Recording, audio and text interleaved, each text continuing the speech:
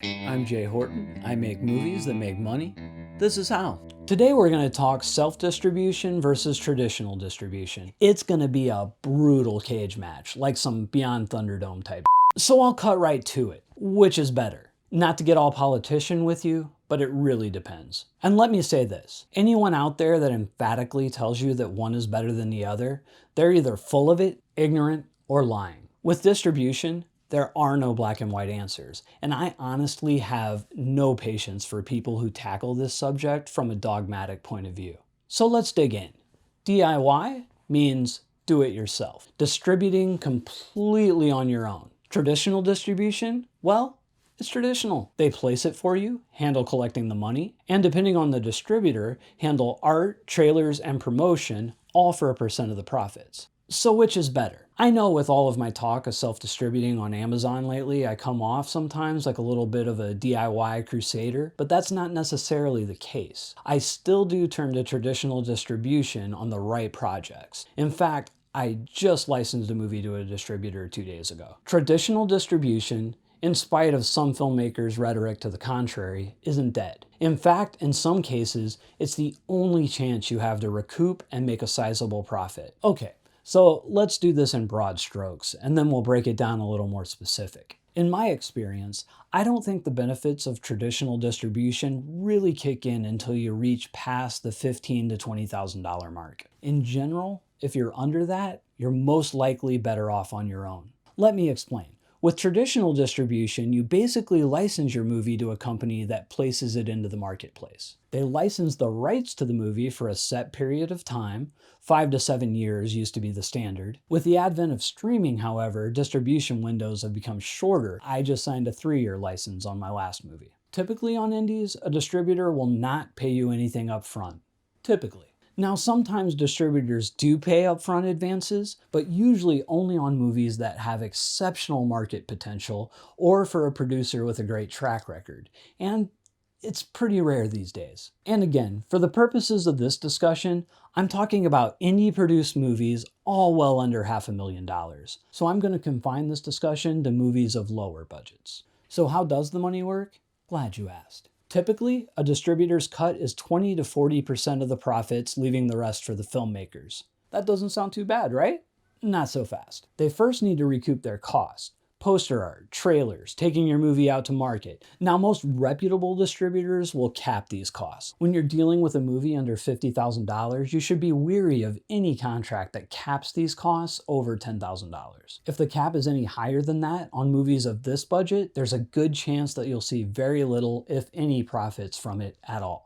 Unless you're talking about a high 6-figure budget with stars and a very robust promotional budget, any cap over $20,000 is a major red flag. This is one of the ways that unscrupulous distributors keep from paying the filmmakers. Because with movies at this level, distributors don't spend anywhere close to that, and any that tell you they do, they're most likely lying. Yes, it's true. Markets are expensive, and taking movies to market is very costly. But there are plenty of other movies in most distributors' quiver to help cover those costs. Basically, a bad distributor will inflate their expenses with high sales caps so that your movie never sees a profit.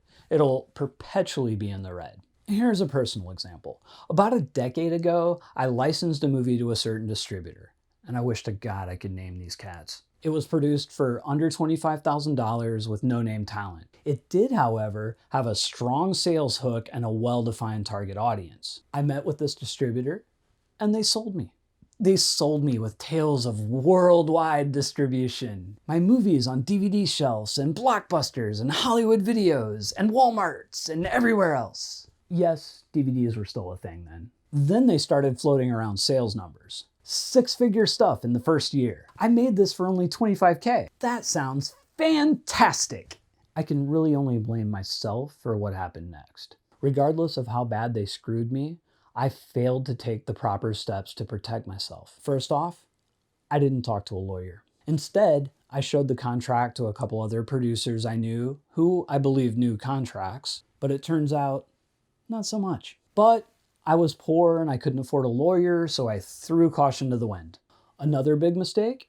I didn't do my due diligence. After things started to go south, I did a ton of research on this distributor, and fairly easily found other filmmakers in the same boat. I'm going to stop here for a moment.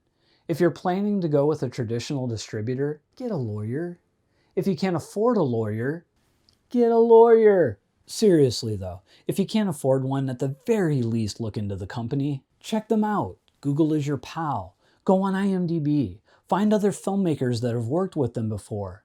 And find ones that have been with them for more than a few years. Distributors usually pay out in quarters or even yearly, so new signees might have little to no new info for you. And in those first months, even bad distributors can seem like they're really on it. It often really isn't until the money needs to change hands that the bad stuff starts to come out. So it can be over a year in before you even have any idea that you're being screwed. So back to my tale of woe. Now, once that movie hit the shelves, it was everywhere. So I walked into Hollywood Video on release day, and there wasn't just 1 or 2 copies on the shelf. It took up the entire shelf. Side-by-side copies of my movie. Like 12 copies just lined up. Same thing at Blockbuster. It was awesome. I was certain that I had made the right decision in regards to distribution. And then the report came. At the top of the report, they first list the total sales, what the movie made before their costs. Keep in mind, because of the release window, this report covered only the first 2 months of the release. The movie had made almost $100,000. $96,000, I think it was. My heart leapt. This little $25,000 movie had quadrupled its budgets in the first 2 months. So how much of that did I get? I'll give you a second to guess. That's right, not a penny, nothing. How the f could this be? It made $100 grand. How could I possibly not be owed any money? Well, let's break it down. 100,000 minus 40% for the distributor equals 60,000. Minus $25,000 in sales costs equals 35,000. Minus 20,000 in market costs, 15,000. Minus 3,000 for errors and admission insurance. That might be a little off, it's been a while. $2,000 for art. $5,000 for a trailer. Starting to get the picture? They also had this really nifty clause that allowed them to charge additional market costs on top of the sales costs. I never made a dime. Well, that's not entirely true. Some 6 years later, near the end of my license, I got my first check. It was for $1,200. So I'm sounding pretty down on traditional distribution. So how would I ever recommend it for someone? Well, with good traditional distribution, sky's the limit for a good movie. With DIY distribution, sky is not the limit, unless you have a lot of financial resources, or you get extremely lucky, or your movie's the second coming. With DIY, you have to do and pay for everything, including getting your movies placed on these platforms. In my experience on indie movies with little to no promotional budget, about the best you can hope for is $25,000 in the first year. And that's really a best case planets aligning scenario. Not quite lottery ticket odds, but pretty close. More likely you're talking about much, much less. But the advantage of DIY is that you control everything. There's 0% chance of a middleman ripping you off. Downside is you most likely will not be able to get your movie placed on most major platforms, and overall will make less money. Most outlets that are worth a damn curate their content, and don't take submissions from independent producers, unless you have a really huge library of films, usually over 100, or have a standing relationship with them. Amazon is the only major platform that allows uncurated uploads. But is it enough? A few years ago, I would have emphatically said yes. However, with all the changes over there in pay rate and movies getting purged, and the fact that changes continue to take place on almost a monthly basis, my guess is that the days of Amazon accepting uncurated content are numbered, or at the very least, the restrictions and pay scales will continue to get worse. But for now, you can still make your money there. Distribution is not a black and white issue.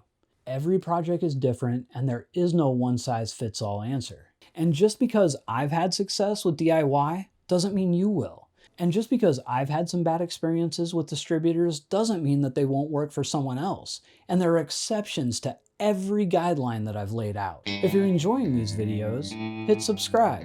Don't forget to hit like. And if you'd be so kind, consider supporting me on Patreon so that I can increase the quality and the frequency of these videos. Whatever you do, keep making movies.